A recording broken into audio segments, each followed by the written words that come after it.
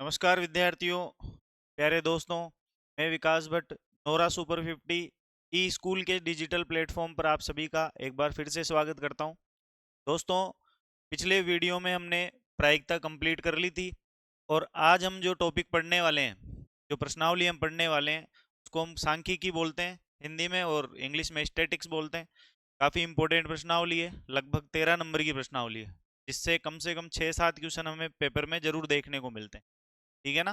तो प्रश्नावली को हम थोड़ा किताब से हट के पढ़ेंगे, एक नोट्स के हिसाब से, और सारी चीज़ों को कवर करने की कोशिश करेंगे जो किताब में भी दी हुई है और किताब से बाहर भी पूछी जाती है। ठीक है ना। तो आइए शुरू करते हैं। प्रश्नावली हम पढ़ रहे हैं दोस्तों, प्रश्नावली नंबर 14। सांख्यिकी हम इसे कहेंगे, इंग्लिश में इसे स्टैटिक्स कहते हैं। इसमें हमें दो प्रकार की चीजें पढ़नी पड़ती है। ठीक है ना। एक तो हम 9th में पढ़ चुके हैं, इसका हिस्सा, इसको दो भागों में बांटा गया है। एक तो होते हैं केंद्रीय प्रवृत्ति के माप, ठीक है, जो हमें इस साल पढ़ने हैं 10th के अंदर। और उसके अलावा उसमें ग्राफ या आलेख वगैरह पढ़ाए जाते हैं, तो वो 9th में हम पढ़ चुके हैं। ठीक है ना। तो वो चीज हम नहीं पढ़ेंगे, हमें केंद्रीय प्रवृत्ति के माप पढ़ने हैं इसमें। ध्यान दीजिएगा। पहला जो पॉइंट है इसका, वो हम पढ़ रहे हैं परिसर। इसी का दूसरा नाम है दोस्तों परास। इसको कई बार प्रसार भी बोल दिया जाता है। ठीक है। इंग्लिश में इसको हम रेंज बोलते हैं। ये हमें पढ़ना है सबसे पहले। ठीक है। इसके लिए एक फॉर्मूला हमें काम में लेना है। फॉर्मूला क्या है, ध्यान दीजिएगा। फॉर्मूला है रेंज यानी आर बराबर अधिकतम मान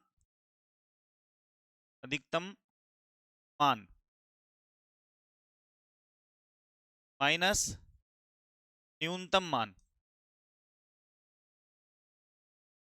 ठीक है।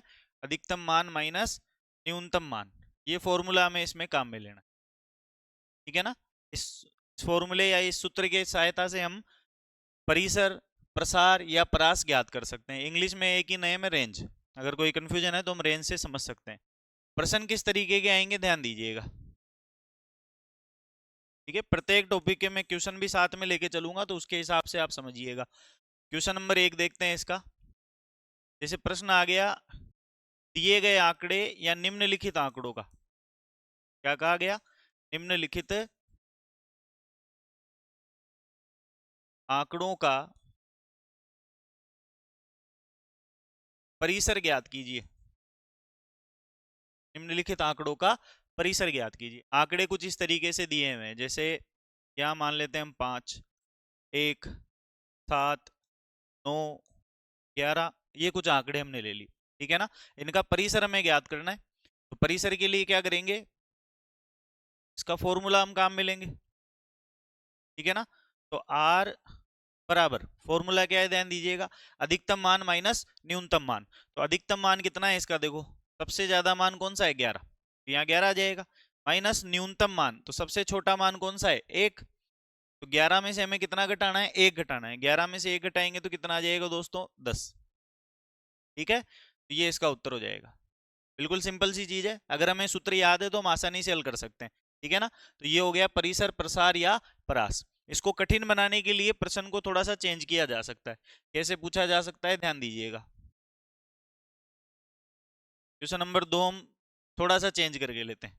इसमें भी हमें मान लो नाम चेंज कर दे, परास पूछ ले या प्रसार दे दे, ये हमें ज्ञात करना है। आंकड़े कुछ इस तरीके से दे दिए इस बार, 1.2, 2.7, 1.1, 5.9, 11.3, 7.6, कुछ इस तरीके से।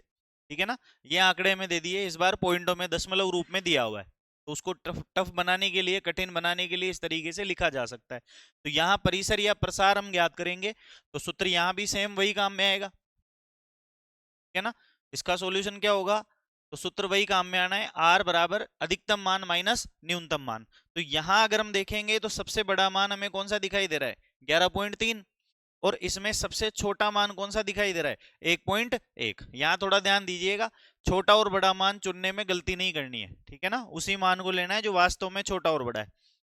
यहाँ मान रखते हैं, देखो अधिकतम मान कितना, 11.3, इसमें से घटाना है 1.1, ठीक है, घटाने में गलती नहीं करनी है, साइड में आराम से लिख सकते हैं। 11.3 में से हमें घटाना है 1.1, घटा दो, 3 में से 1 गया 2 बच गया, और 11 में से 1 गया तो कितना बच गया, यहाँ 10 बच गया, ठीक है। तो आंसर क्या आ जाएगा इसका, 10.2, ठीक है। ये पहले प्रश्न का उत्तर हो गया। तो पहला पॉइंट आपको समझ में आ गया होगा। पहला पॉइंट क्या है, परिसर या रेंज। तो परिसर या रेंज इस तरीके से हमें ज्ञात करना है, ठीक है ना, इसको आप जल्दी से नोट कर लीजिए, ठीक है। इसके बाद आगे ध्यान दीजिएगा, अगला जो पॉइंट है हम यहाँ पे लेते हैं, देखो दूसरा point, point number 2। Point number 2 हम ले लेते हैं वर्ग अंतराल,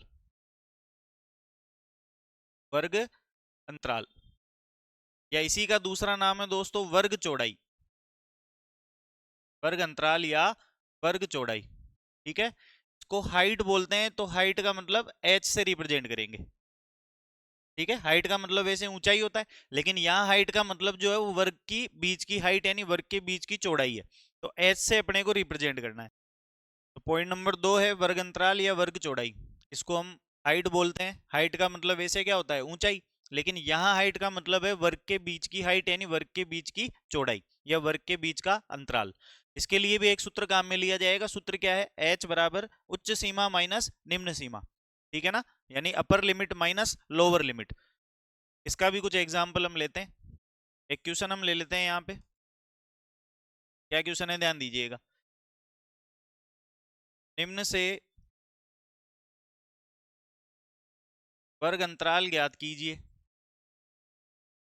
वर्ग अंतराल ज्ञात कीजिए, ठीक है ना, ध्यान दीजिएगा, देखो यहाँ ध्यान दीजिएगा, ये वर्ग है, निम्न से वर्ग अंतराल ज्ञात कीजिए। अब वर्ग अंतराल क्या है, देखो जैसे मान लो यहाँ दे दिया हमें 15 से 25, इसका वर्ग अंतराल या वर्ग चौड़ाई हमें पता लगानी है। कैसे हल होगा, सूत्र में पता है कि h बराबर क्या हो जाएगा, उच्च सीमा माइनस निम्न सीमा, ये लिखा हुआ है सामने, उच्च सीमा माइनस निम्न सीमा। उच्च सीमा कितनी है दोस्तों, 25, निम्न सीमा कितनी है, 15। तो हमें 25 में से कितना घटाना है, 15 घटाना है। 25 में से 15 घटाओगे तो कितना आ जाएगा, 10 आ जाएगा, ठीक है। इसका आंसर क्या आ जाएगा, 10। ये चीज क्या है, वर्ग अंतराल या वर्ग चौड़ाई। इसको दूसरे तरीके से भी पूछा जा सकता है। इसको टफ बनाने के लिए देखो क्या किया जा सकता है, यहाँ क्वेश्चन नंबर 2 हम इसको चेंज करके बना लेते हैं। क्वेश्चन नंबर 2 क्या है, देखो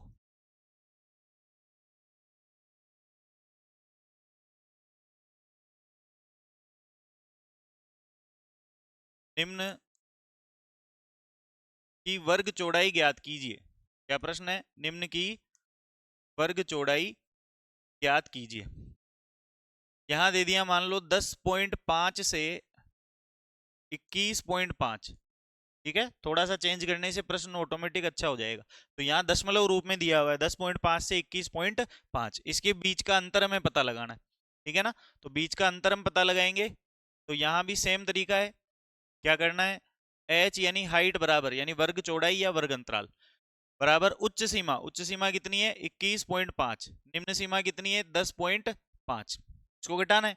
घटाने के लिए आराम से साइड में लिख के घटा सकते हो, 21.5 में से 10.5 घटाना है, कितना हो गया, देखो 5 में से 5 गया 0, यहाँ 1 में से 0 गया 1, और 2 में से 1 गया तो यहाँ भी 1, ठीक है। तो h बराबर क्या आ जाएगा, h बराबर आ जाएगा 11, ये इसकी वर्ग चौड़ाई होगी, ठीक है। तो प्रश्न कुछ इस तरीके से पूछे जा सकते हैं, कौन से टॉपिक से, वर्ग चौड़ाई या वर्ग अंतराल से, ठीक है ना। पहले क्वेश्चन आए हुए हैं तो ये ध्यान रखिएगा, दो इंपॉर्टेंट टॉपिक हैं ये सारे, यहाँ से एक एक दो दो नंबर के प्रश्न पूछ लिए जाते हैं, ठीक है ना। अगला जो टॉपिक है उस पर ध्यान देंगे, पॉइंट नंबर 3। पॉइंट नंबर 3 है दोस्तों मध्य सीमा, मध्य सीमा, इसी का दूसरा नाम है वर्ग चिन्ह, मध्य सीमा या वर्ग चिन्ह। ठीक है, ये क्या होता है ध्यान दीजिएगा। इसमें भी एक सूत्र है जो हमें काम में लेना है। मध्य सीमा या वर्ग चिन्ह को x से रिप्रेजेंट कर दिया जाता है। ठीक है ना, क्या सूत्र है इसका, देखो x बराबर निम्न सीमा प्लस उच्च सीमा और बटे हुए 2। ठीक है, ये इसका सूत्र है। मध्य सीमा या वर्ग चिन्ह ज्ञात करने के लिए हमें ये वाला सूत्र काम में लेना है। अब इससे संबंधित प्रश्न कैसे पूछे जा सकते हैं, ध्यान दीजिएगा। ठीक है, तो प्रश्न कुछ इस तरीके से आएंगे, ध्यान दीजिएगा इस पे। क्वेश्चन नंबर 1, एक वर्ग में यहां लिखता हूं, देखो वर्ग मैंने लिखा जैसे 15 से 35 की मध्य सीमा ज्ञात कीजिए। क्या पूछा हमसे कि वर्ग 15 से 35 की मध्य सीमा ज्ञात कीजिए। कैसे हल किया जाएगा, यहां आ जाएगा दोस्तों x बराबर निम्न सीमा कितनी है 15, उच्च सीमा कितनी है 35, भाग किसका लगाना है 2 का। कहां से लिखा, तो इस सूत्र के माध्यम से लिखा है। सूत्र क्या है, निम्न सीमा प्लस उच्च सीमा बटे वे 2, सूत्र ये लग जाएगा। यहां इसको जोड़ते हैं, क्या आता है देखो 35 और 5 कितना हो गया 40, 40 और 10 कितना हो गया 50, इसका टोटल कितना हो गया 50, 50 में 2 का भाग लगाओगे, 2 से भाग लगाओगे तो कितनी बार कट गया ये 25 बार। ठीक है, तो इसका उत्तर क्या आ जाएगा x बराबर 25। इसको हम क्या बोलते हैं, मध्य सीमा। इसी प्रश्न को टफ बनाने के लिए क्या किया जा सकता है, थोड़ा सा इसको चेंज किया जा सकता है। क्वेश्चन नंबर 2 हम पॉइंटों में ले लेते हैं। जैसे मान लो यहाँ दे दिया 12.5 से, और इधर दे दिया मान लो 19.5, क्या दे दिया 19.5, तो 12.5 में से हमें 19.5 घटाना है। क्या घटाना है 19.5, 19.5 घटाना नहीं है ना, 12.5 से 19.5 की का वर्ग चिन्ह ज्ञात करना है। क्या ज्ञात करना है, वर्ग चिन्ह। है ना, प्रश्न कुछ इस तरीके से आएगा, वर्ग चिन्ह ज्ञात कीजिए। ठीक है, देख लीजिए प्रश्न को, 12.5 से 9.5 के बीच का वर्ग चिन्ह ज्ञात करना है। तो वर्ग चिन्ह का मतलब भी क्या होता है, मध्य सीमा। बस मध्य सीमा का जो नाम है वो नाम चेंज कर दिया, नाम चेंज करने से प्रश्न ऑटोमेटिक बढ़िया बन जाएगा। जैसे वर्गंतराल है, वर्गंतराल को वर्ग चौड़ाई बोल दिया। ठीक है ना, मध्य सीमा है, मध्य सीमा को वर्ग चिन्ह बोल दिया, तो ऑटोमेटिक प्रश्न जो है वो अच्छा हो जाता है। ठीक है ना, सूत्र सेम रहेगा इसमें भी। सूत्र क्या है इसका, कोई निम्न सीमा यानी 12.5 प्लस उच्च सीमा यानी 19.5 बटे वे 2। ठीक है, दोनों को जोड़ के 2 का भाग लगाना है। दोनों को जोड़ोगे कितना आ जाएगा, देखो 19.5 में आधा यानी 0.5 जोड़ेंगे तो 20 हो गया। ठीक है ना, कितना हो गया 20, 20 में हमें 12 जोड़ना है, 20 में 12 जोड़ोगे तो कितना हो जाएगा 32 हो जाएगा। कितना हो जाएगा 32। चाहो तो आराम से अलग से लिख के और वैसे भी जोड़ सकते हो, बात एक ही है। ठीक है ना, ध्यान दीजिएगा, देखो क्या आ गया, x बराबर यहाँ हो गया 32, 32 में हमें भाग लगाना है 2 का। ठीक है ना, 2 से काटोगे कितनी बार कट जाएगा 16 बार। तो इसका जो वर्ग चिन्ह या मध्य सीमा है वो कितनी आ जाएगी 16 आ जाएगी। ठीक है, इस तरीके से हमें इसको हल करना है। ये हो गया दोस्तों वर्ग चिन्ह या मध्य सीमा हम इसको कह सकते हैं। जल्दी से इसको भी आप नोट कर लीजिए। ठीक है, आगे ध्यान देंगे। ये हो गया दोस्तों पॉइंट नंबर 3। अब पॉइंट नंबर 4 क्या है, ध्यान दीजिएगा इस पे। पॉइंट नंबर 4, पॉइंट नंबर 4 में हमें माध्य माध्यक और बहुलक में संबंध, इससे संबंधित कुछ पूछा जा सकता है।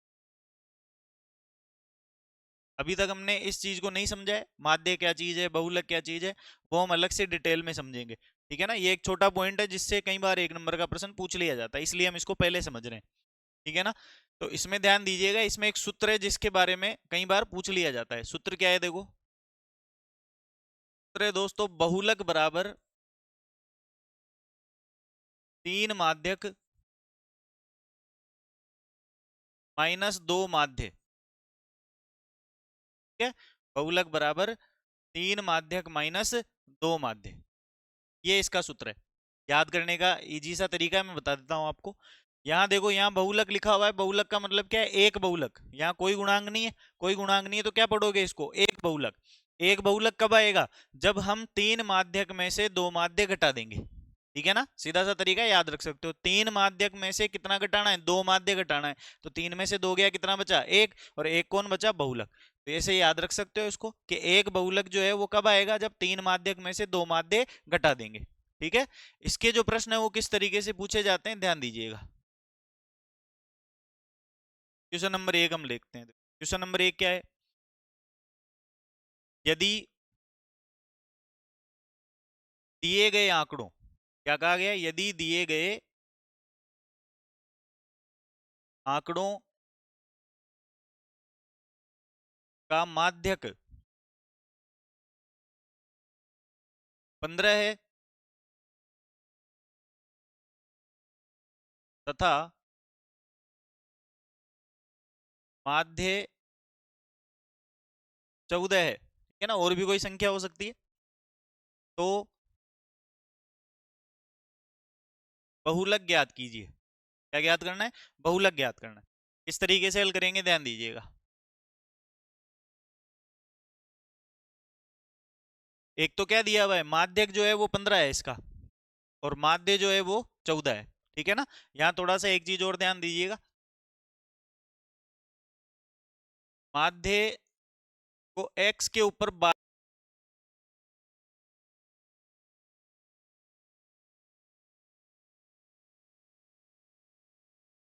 तो इसके आगे से शुरू करते हैं ना, आज तो बहुत कट लगेंगे।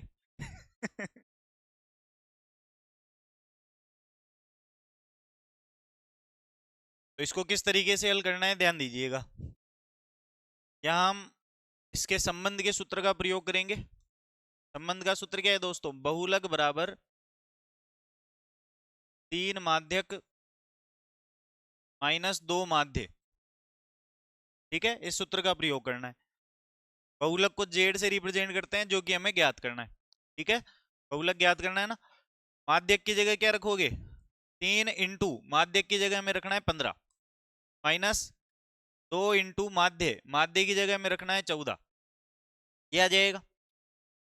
आगे हल करोगे तो जेड बराबर 3 को 15 से गुणा किया, कितना हो गया, 45, माइनस 14 को 2 से गुणा करोगे, कितना हो जाएगा, 28। ठीक है, घटाओगे तो देखो क्या आ जाएगा, जेड बराबर 5 में से 8 नहीं जाता, 15 में से 8 गया तो कितना बचेगा, 7 बचेगा, 3 में से 2 गया तो कितना बचेगा, 1। जेड बराबर क्या आ गया, 17, है ना, यानी बहुलक जो है उस बहुलक का मान क्या आ जाएगा, 17 आ जाएगा। इस तरीके से हमें इस प्रश्न को हल करना है। ठीक है, इसको नोट कीजिए जल्दी से।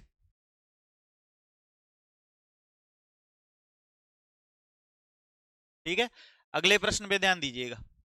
अगला प्रश्न जो है वो इससे घुमाकर दूसरे तरीके से पूछा जा सकता है। कैसे पूछेंगे, ध्यान दो इसमें। क्वेश्चन नंबर 2, इसमें भी कुछ इस तरीके से आ जाएगा। मान लो इस बार बहुलक दे दिया, ठीक है ना, 3 चीजें होंगी, बहुलक, माध्य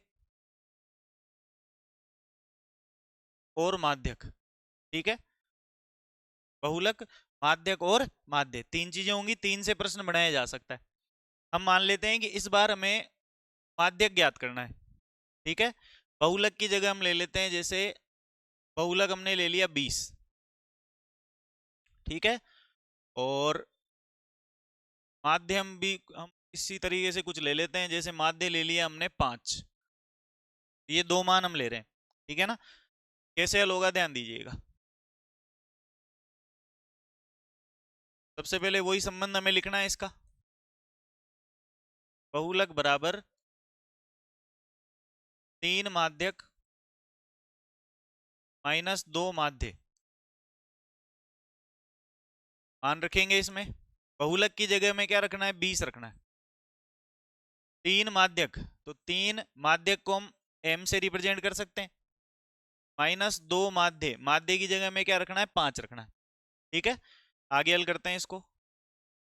30 बराबर 3m माइनस 2 को 5 से गुणा किया 10 हो गया। ठीक है, अब क्या कर सकते हैं, देखो इस 3m को इधर ले आओ और 20 को इधर ले आओ। ठीक है, यानी चर को तो रखना है बाईं तरफ और अचर को भेज देना है दाईं तरफ। ये हो जाएगा माइनस का 3m बराबर इधर हो जाएगा -10 माइनस के 20, तो -3m ऐसा कैसा, इधर हो जाएगा, देखो समान चिन्ह आने पर जोड़ना है, तो जुड़ने पर ये बन जाएगा माइनस का 30। ठीक है ना, 10 और 20 जुड़ के 30 हो जाएगा। चिन्ह लगाएंगे हम बड़ी संख्या यानी 20 का, तो 20 पे माइनस है तो यहाँ भी माइनस आ जाएगा। यहाँ क्या करना है, देखो माइनस से माइनस कट रहा है इस जगह, यहाँ बच गया 3m बराबर 30। हमें मान निकालना है किसका, m का, तो 3 यहाँ गुणा में इधर भेजोगे तो भाग में हो जाएगा। m बराबर हो गया 30/3, इसको भी काटा जा सकता है, 3 से काटोगे कितनी बार कट जाएगा, 10 बार। तो m बराबर हमें क्या देखने को मिलेगा, m बराबर मिलेगा 10। ये हो जाएगा दोस्तों इसका माध्यक। ठीक है, तो इस तरीके से हमें इसको हल करना है। प्रश्न वही है, मतलब सूत्र वही लगेगा, प्रश्न को थोड़ा सा चेंज कर दिया तो उससे प्रश्न चेंज हो जाएगा हल्का फुल्का, है ना। टॉपिक पूरा सेम है, तो यहां से ये दो टाइप से प्रश्न पूछे जा सकते हैं, दोनों टाइप मैंने समझा दिए हैं। ठीक है, इसको भी नोट कीजिए। ठीक है, अगले पॉइंट पे हम ध्यान देते हैं।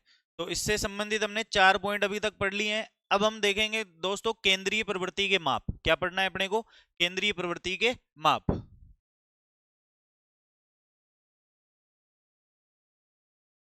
केंद्रीय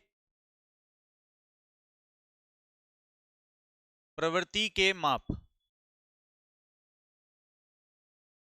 ठीक है, केंद्रीय प्रवृत्ति के माप, केंद्रीय प्रवृत्ति के माप में हमें 3 चीजें पढ़नी है। कितनी चीजें पढ़नी है, 3 चीजें।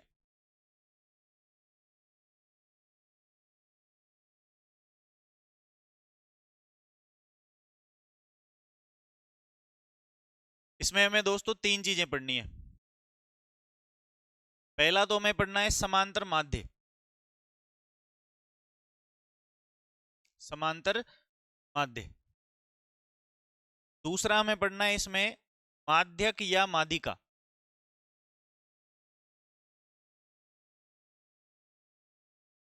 माध्यक या माध्यिका।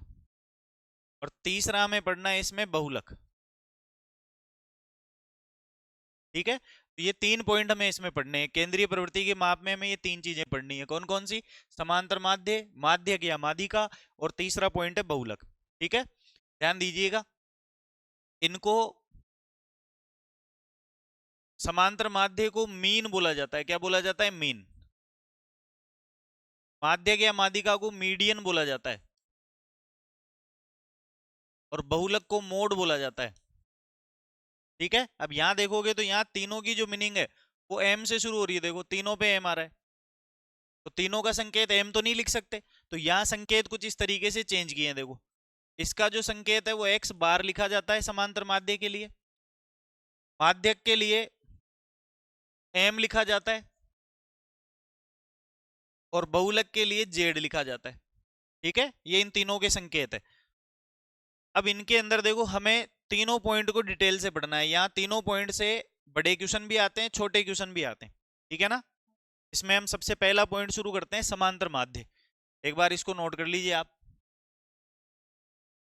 ठीक है, पहला पॉइंट हम इसका शुरू कर रहे हैं समांतर माध्य।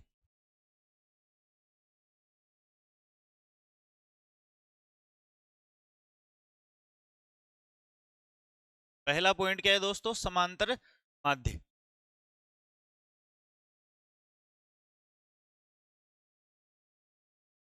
समांतर माध्य में हमें अलग अलग स्थितियां पढ़नी है। हर टॉपिक की हम 3 स्थितियां पढ़ेंगे जहां से एग्जाम में प्रश्न पूछे जाते हैं। और इस टॉपिक को जिस तरीके से मैं आपको समझा रहा हूँ, ये मान के चलिएगा जिंदगी में दोबारा पढ़ने की जरूरत नहीं पड़ेगी। एक बार इसको अच्छे से समझ लोगे तो 10वीं में भी आपके काम में आएगा। आगे भी अगर इस टाइप के कोई क्वेश्चन आते हैं, चाहे वो 11वीं में हो, 12वीं में हो, चाहे कंपटीशन एग्जाम में हो, तो दोबारा आपको इसको देखने की जरूरत नहीं पड़ेगी। तो इसको ढंग से समझिएगा। देखो समांतर माध्य के अंदर हमें अलग अलग स्थितियां पढ़नी है। ठीक है, सबसे पहले हम बात करेंगे पहली स्थिति की। इसके अंदर सबसे पहले पढ़नी है अपने को फर्स्ट स्थिति। ठीक है, फर्स्ट स्थिति हम ले लेते हैं जब केवल आंकड़े दिए हों,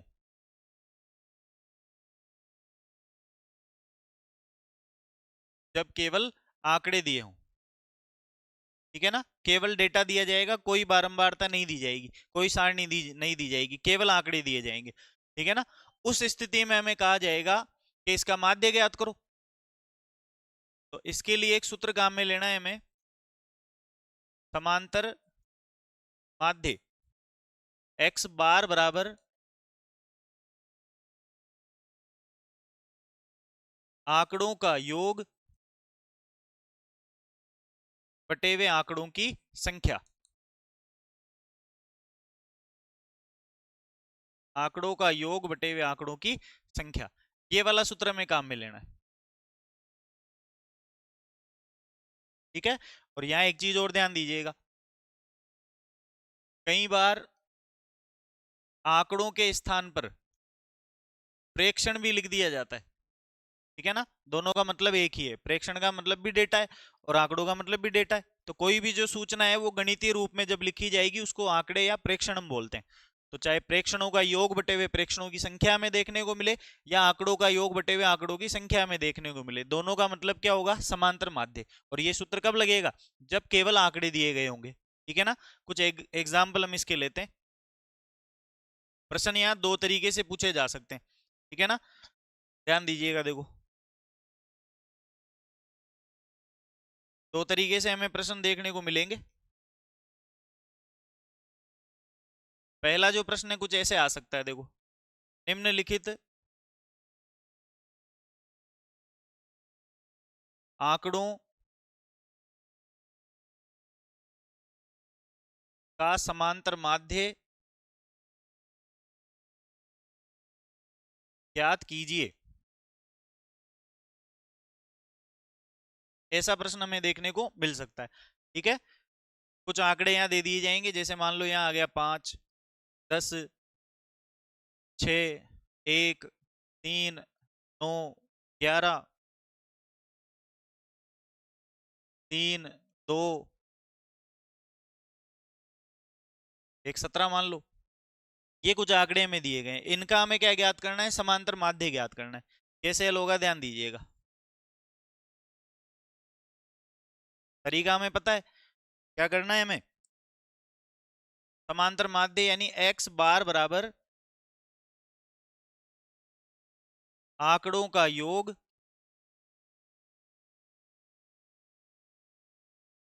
बटे हुए आंकड़ों की संख्या, आंकड़ों का योग बटे हुए आंकड़ों की संख्या, ये सूत्र में काम में लेना है, ठीक है। इसके अनुसार हल करते हैं। तो x बार बराबर आंकड़ों का योग करना है सबसे पहले ऊपर, तो ऊपर वाली संख्या यहाँ लिख दी जाएगी 5 प्लस 10, 10 में 6 जोड़ना है, 6 में फिर 1, फिर 3, फिर 9, फिर 11, 3, 2 और 17, ठीक है। टोटल देखो यहाँ 1, 2, 3, 4, 5, 6, 7, 8, 9, 10 आंकड़े हैं, तो यहाँ भी 10 होने चाहिए, ठीक है ना। यहाँ कम या ज्यादा नहीं करना है। अगर मान लो हमने 10 के बजाय 9 ही लिखे या गलती से ज्यादा लिख दिए, 11 लिख दिए, तो प्रश्न वहीं गलत हो जाएगा, हमें उसके पूरे नंबर नहीं मिलेंगे। तो आंकड़े हमें ढंग से देख के लिखने। तो यहाँ देखोगे तो 1, 2, 3, 4, 5, 6, 7, 8, 9, 10, यानी पूरे आंकड़े हमने लिख लिए हैं। नीचे आएगा दोस्तों आंकड़ों की संख्या, आंकड़ों की संख्या कितनी है, 10, तो नीचे 10 आ जाएगा। इन सबको हमें जोड़ना है, और इन सबको जोड़ोगे तो यहाँ ध्यान दीजिएगा, इनको अलग से लिख के जोड़ने की जरूरत नहीं है, यहाँ इस तरीके से हमें जोड़ना है। मैं बताता हूँ, देखो आपको, जैसे सबसे पहले इकाई के अंक को जोड़ लो। 7 और 2 कितना हो गया, 9 हो गया। 9 और 3 कितना हो गया, 12। 12 और 1 कितना हो गया, 13। 13 और 9 कितना हो गया, 22। 22 और 3 कितना हो गया, 25। 25 और 1 कितना हो गया, 26। 26 और 6 हो गया, 32। 32 और 0 32 ही रहेगा। 32 और 5 कितना हो गया, 37।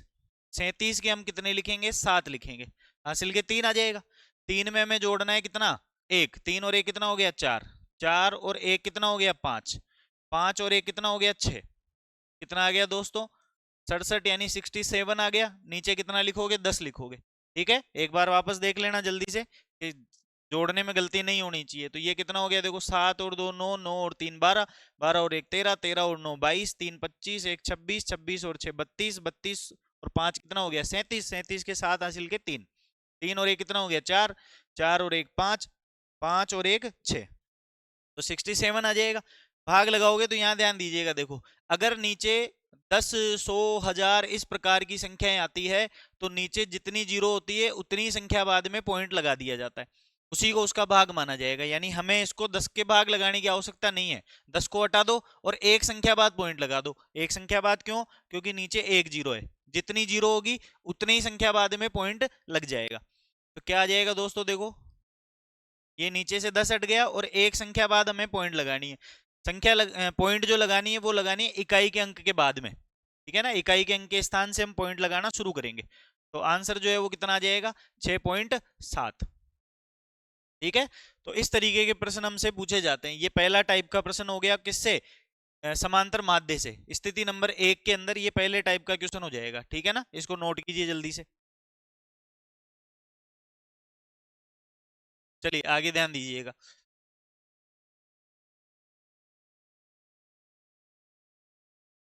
इसी से कई बार थोड़ा सा चेंज करके प्रश्न पूछ लिया जाता है, ठीक है ना। प्रश्न क्या होगा देखो,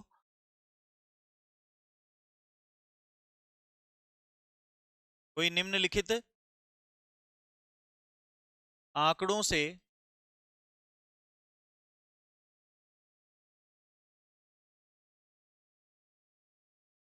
समांतर माध्य ज्ञात कीजिए।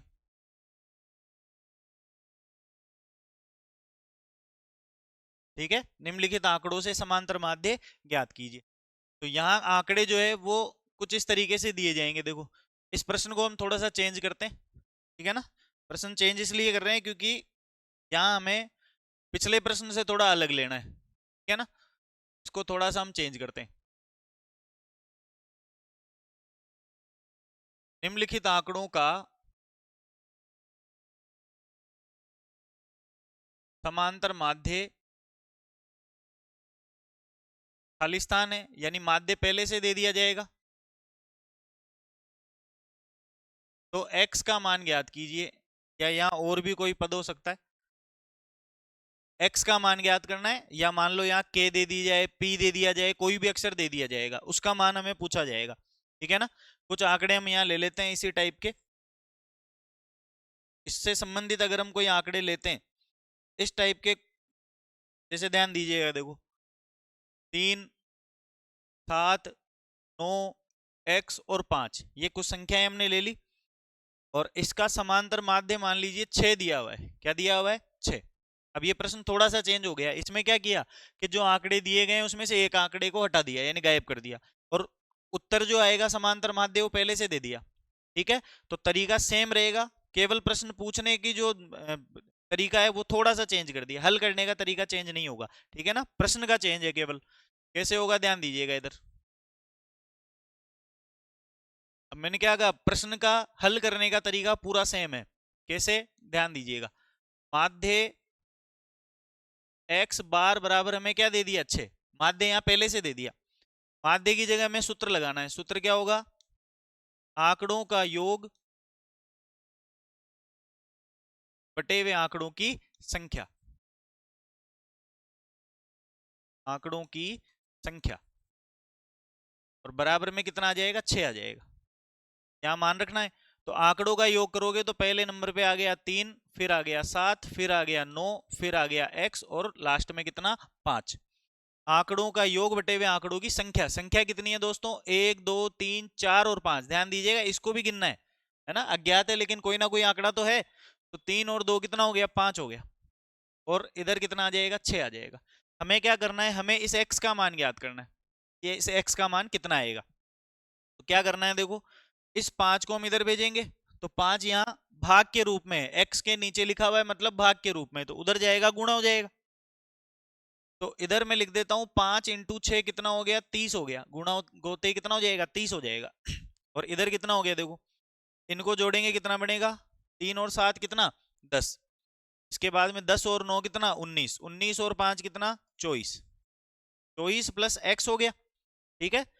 3 और 7 10 हो गया, 10 में 9 जोड़ोगे 19, 19 में 5 जोड़ोगे कितना हो जाएगा, 24 हो जाएगा। 24 प्लस एक्स बराबर 30। क्या करना है, यहाँ से इस 24 को इधर भेज दो, अचर पद को दाईं तरफ भेज देंगे। तो यहाँ केवल क्या बचेगा, एक्स बचेगा, और इधर हो जाएगा 30 माइनस 24। 30 में से हमें 24 घटाना है, 30 में से 24 घटाओगे कितना आ जाएगा, 6 आ जाएगा। ठीक है, तो ये दूसरे टाइप का क्वेश्चन है जो इससे संबंधित पूछा जा सकता है। ठीक, और एक चीज और ध्यान देंगे, देखो इसमें यहां समांतर माध्य को कुछ इस तरीके से भी पूछा जा सकता है, ठीक है ना। समांतर माध्य को पूछने का एक दूसरा तरीका और है, सेकंड मेथड है ना। सूत्र के लिए लिख रहे हैं अपन, ये सूत्र जो है वो दूसरे तरीके से पूछा जा सकता है। कैसे, माध्य के बजाय क्या लिख दिया जाएगा, एक्स बार, आंकड़ों का योग। आंकड़े जो हैं वो एक्स आई के रूप में रिप्रेजेंट किए जाते हैं। एक्स आई का मतलब कि आंकड़े जो हैं वो अलग अलग अगर लिखे जाएं, जैसे मान लो पहला दूसरा तीसरा, तो उनको एक साथ क्या बोल दिया जाएगा, एक्स आई। आई की जगह 1 2 3 कुछ भी हो सकता है। तो आई की जगह अगर 1 होगा तो एक्स वन यानी पहले नंबर का आंकड़ा, 2 होगा तो दूसरे नंबर का, 3 होगा तो तीसरे नंबर का आंकड़ा, इस तरीके से। तो एक्स आई आ जाएगा इस जगह, बटे हुए, है ना, आंकड़ों की संख्या। सबसे ऊपर क्या आएगा, आंकड़ों का योग। योग लिखने के लिए कुछ इस तरीके का चिन्ह में लगाना है, ऐसा, ठीक है ना। आंकड़ों का योग बटे हुए आंकड़ों की संख्या, ये सूत्र में काम में लेना है। ध्यान दीजिएगा, देखो यहां ये जो चिन्ह है, इस चिन्ह को बोलते हैं सिग्मा। क्या बोलते हैं इसको, सिग्मा। और इस चिन्ह का मतलब होता है दोस्तों योग, ठीक है ना। योग का मतलब जोड़ना, योग का मतलब क्या हो जाएगा, जोड़ना हो जाएगा। योग का मतलब जोड़ना, ठीक है। इसके अलावा एक्स आई का मतलब है आंकड़े, एक्स आई का मतलब क्या है, आंकड़े। और आई की जगह हो जाएगा 1 से लेकर आगे कितनी भी संख्याएं हो सकती है। एन का मतलब है आंकड़ों की संख्या। तो जो सूत्र हम हिंदी में लिख रहे थे, आंकड़ों का योग बटे हुए आंकड़ों की संख्या, उसको अंग्रेजी के संकेतों के द्वारा इस तरीके से लिखा जा सकता है, ठीक है ना। सिग्मा का मतलब योग, तो एक्स आई का मतलब आंकड़े, तो आंकड़ों का योग। और नीचे कैपिटल एन का मतलब क्या है, आंकड़ों की संख्या, तो आंकड़ों का योग बटे हुए आंकड़ों की संख्या, इस तरीके से इसको लिखा जा सकता है। ठीक है, यहां तक आप नोट कीजिए जल्दी से, आगे ध्यान दीजिएगा। अब इससे संबंधित जो प्रश्न पूछा जाएगा वो कुछ इस तरीके से पूछा जा सकता है, उसको मैं क्वेश्चन नंबर 3 दे देता हूं। ठीक है, मान लो इस तरीके से हमें दे दिया गया, यदि सिग्मा एक्स आई बराबर 40 है और एक्स बार जो है वो 8 है। क्या दे दिया कि एक्स सिग्मा एक्स आई का मान 40 है और एक्स बार का मान कितना है, 8 है। तो आंकड़ों की संख्या यानी एन ज्ञात कीजिए। क्या पूछ लिया, एन ज्ञात करो। इसको कैसे हल करना है, देखो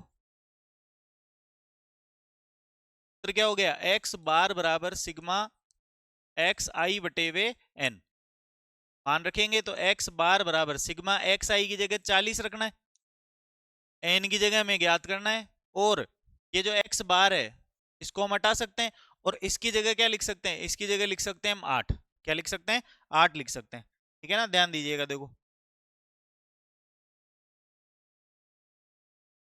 इसकी जगह हम लिख देते हैं 8, ठीक है, क्योंकि एक्स बार का मान कितना है, 8 है। आगे ध्यान दीजिएगा, हमें एन का मान ज्ञात करना है, तो इस एन को हम इधर ले आते हैं और इस 8 को इधर ले आते हैं। क्या हो जाएगा, यहां आ गया कैपिटल एन बराबर 40 बटे वे 8, ठीक है। 8 का भाग लगाओगे तो 8 से कट गया कितने बार, 5 बार, ठीक है। तो एन का मतलब आंकड़ों की संख्या जो है वो कितनी आ गई, 5 आ गई। थोड़ा सा तरीका चेंज है, सूत्र को अलग तरीके से लिख दिया, और ये ऐसा भी प्रश्न हमसे पूछा जा सकता है, ठीक है ना। तो 3 टाइप के प्रश्न हमें देखने को यहाँ मिले। हो सकता है आंकड़े सारे दे दिए जाएं, हो सकता है कुछ किसी आंकड़े को गायब कर दिया जाए, और हो सकता है उसको इंग्लिश में इस तरीके से बना दिया जाए, ठीक है ना। एक चौथे टाइप का प्रश्न जो है हमसे और पूछा जाता है इसके अंदर। इसमें अधिकतर ये मान के चलना 4 टाइप के प्रश्न हमें पूछे जाते हैं, और ये जो चीजें मैं बता रहा हूँ ये आपको किताब में भी नहीं मिलेगी, क्योंकि किताब में बिल्कुल शॉर्ट में प्रश्न दिए हुए हैं। वहां केवल बड़े प्रश्नों के बारे में बात की गई है, छोटे प्रश्नों के बारे में बात नहीं की गई है। और एग्जाम में छोटे प्रश्न भी आज भी पूछे जा रहे हैं, पहले भी पूछे जाते थे। और आगे भी निश्चित रूप से पूछे जाएंगे। अब आपको किताब में नहीं मिलेंगे तो कहाँ से पढ़ोगे? तो इसलिए मेरी ये जिम्मेदारी बनती है कि मैं आपको हर प्रकार के प्रश्नों के बारे में यहाँ जानकारी जरूर दूं। ठीक है ना? और किस टाइप के प्रश्न पूछे जा सकते हैं, ध्यान दीजिएगा। क्वेश्चन नंबर 4, एक इस टाइप का प्रश्न हमें देखने को मिल सकता है। 5 के प्रथम 10 गुणजों का समांतर माध्य ज्ञात कीजिए। क्या कह रहा है ये? कि 5 के प्रथम 10 गुणजों का समांतर माध्य ज्ञात करो। यहाँ एक शब्द हमें दिखाई दे रहा है, गुणज। गुणज का मतलब होता है गुणा प्लस जय। गुणा का मतलब गुणा और जय का मतलब जन्म लेने वाला। तो गुणा से जो संख्याएं जन्म लेती है, यानी गुणा से जो संख्याएं बनती है, उसको गुणज बोला जाता है। ठीक है ना? और गुणा से बनने वाली संख्याएं क्या होती है दोस्तों? पहाड़े। पहाड़े इसी तरीके तो बनते हैं, 5 एकम 5, 5 दूने 10, 5 तिया 15। तो किससे बन रहा है? ये गुणा से। तो गुणा से बनने वाली संख्याएं जो है वो क्या होती है? गुणज होती है। ठीक है ना? ध्यान दीजिएगा कैसे हल होगा।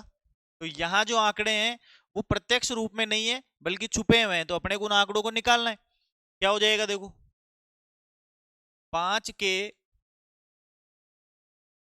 प्रथम 10 गुणज बराबर क्या हो जाएंगे? पहला गुणज 5 हो गया, 5 एकम 5, फिर 5 दूने 10, फिर 15, फिर 20, 25, 30, 35, 40, 45 और 50। ठीक है? तो यहां तक आ जाएगा, 5 से शुरू करेंगे 50 तक आ जाएगा। ये प्रथम 10 गुणज हो गए। अगर प्रथम 5 बोला जाता है तो हमें 5 ले लेना है, यानी 25 तक ले लेना है। 6 बोलता है तो 30 तक लेना है, और 10 बोलता है तो 50 तक लेना है। ठीक है? सूत्र में पता है क्या लगाना है? x बार बराबर आंकड़ों का योग, है ना? तो आंकड़ों का योग करोगे तो सबसे पहले क्या आ जाएगा? 5 प्लस 10 प्लस 15, फिर 20, 25, 30, 35, 40, 45 और 50, और नीचे आंकड़ों की संख्या यानी 10। टोटल कितने आंकड़े हैं? 10। 10 गुणज है ना, तो नीचे 10 आ जाएगा। अब यहाँ कैसे हल करना है, ध्यान दीजिएगा। देखो, इन सभी को जोड़ना है। अब सभी को जोड़ोगे तो यहाँ पहले इकाई का अंक जोड़ेंगे। इकाई का अंक जोड़ोगे तो यहाँ देखो कितना है? 0। 0 में 5 जोड़ेंगे, 5। 5 और 0 5 ही रहेगा। 5 और 5 10।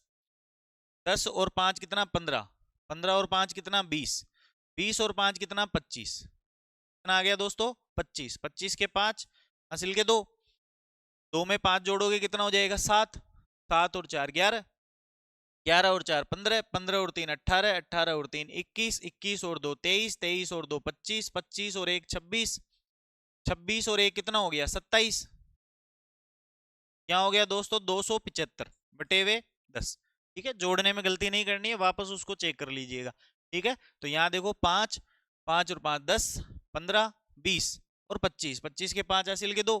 2 और 5 कितना हो गया? 7। 4 11। 11 और 4 15। 3 18। 3 21। 2 23। 2 25। 1 26 और 1 27, यानी 275।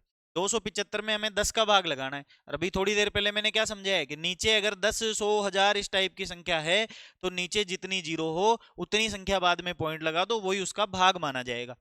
ठीक है ना? तो यहाँ हो जाएगा दोस्तों, एक जीरो है नीचे तो एक संख्या बाद, यानी यहाँ पॉइंट आ जाएगा। तो यहाँ आ जाएगा 27.5। आ जाएगा 27.5। तो एक इस टाइप का प्रश्न हमसे पूछा जा सकता है, इसको भी आप नोट कीजिए जल्दी से। ठीक है? अगले प्रश्न पे ध्यान देंगे।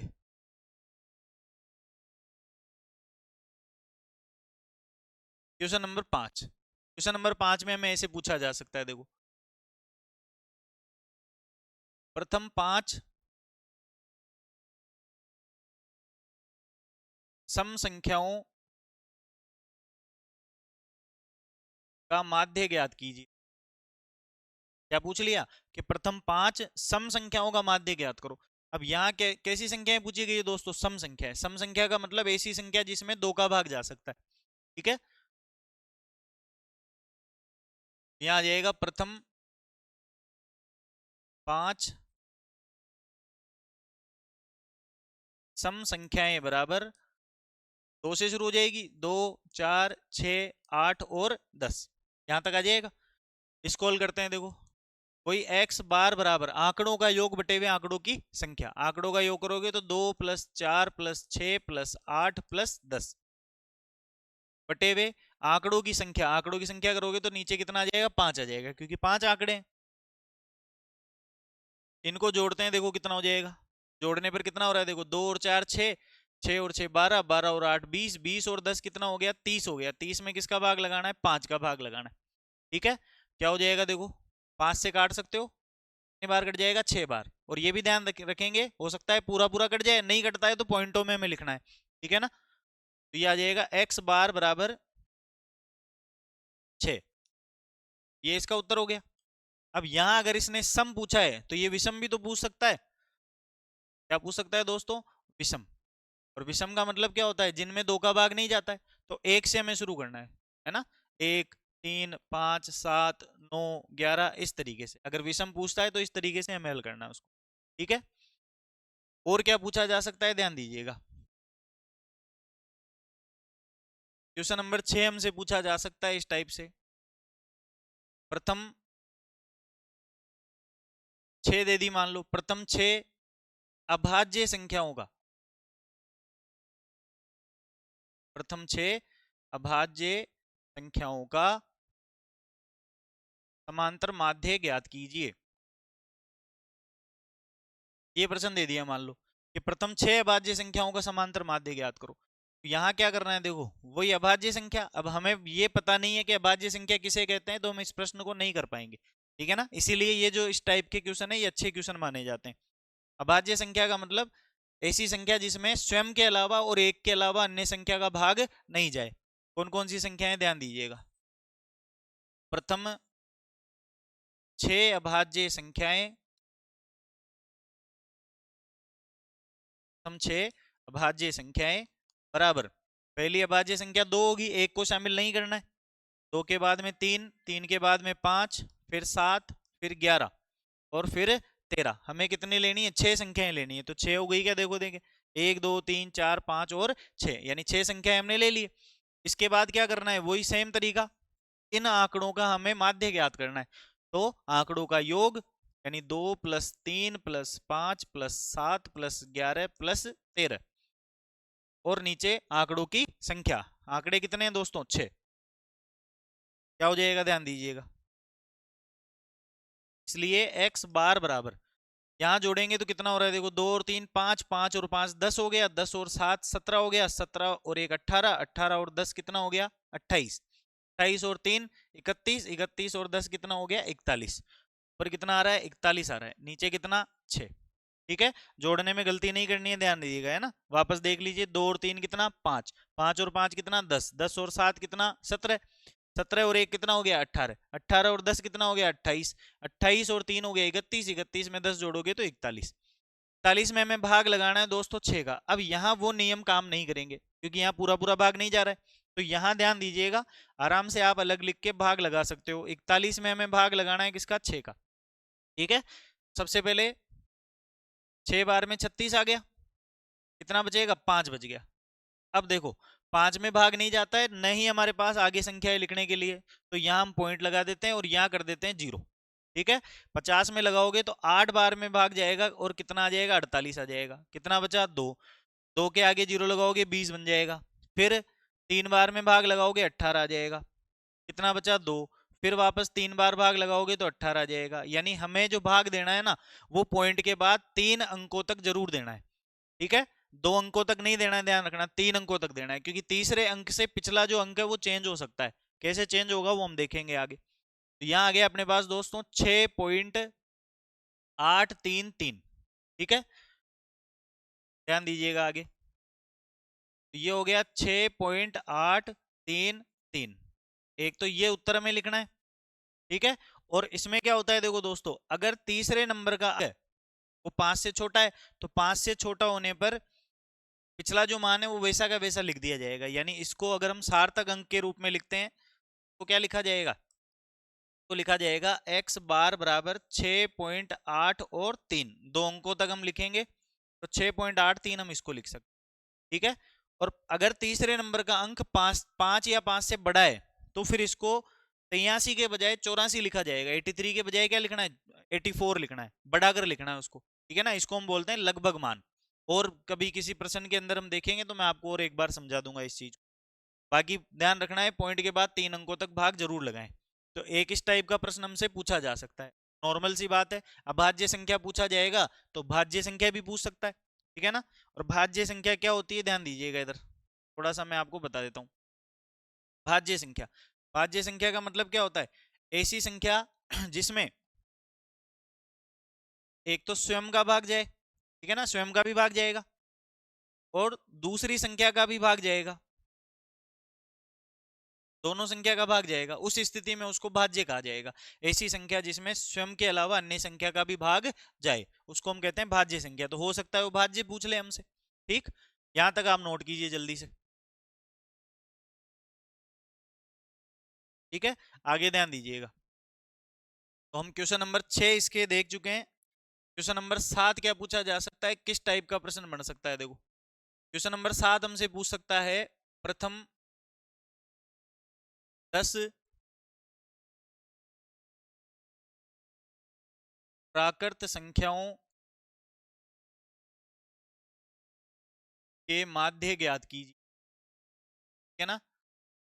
प्रथम 10 प्राकृत संख्याओं का माध्य ज्ञात कीजिए, क्या आएगा यहाँ, का माध्य ज्ञात कीजिए,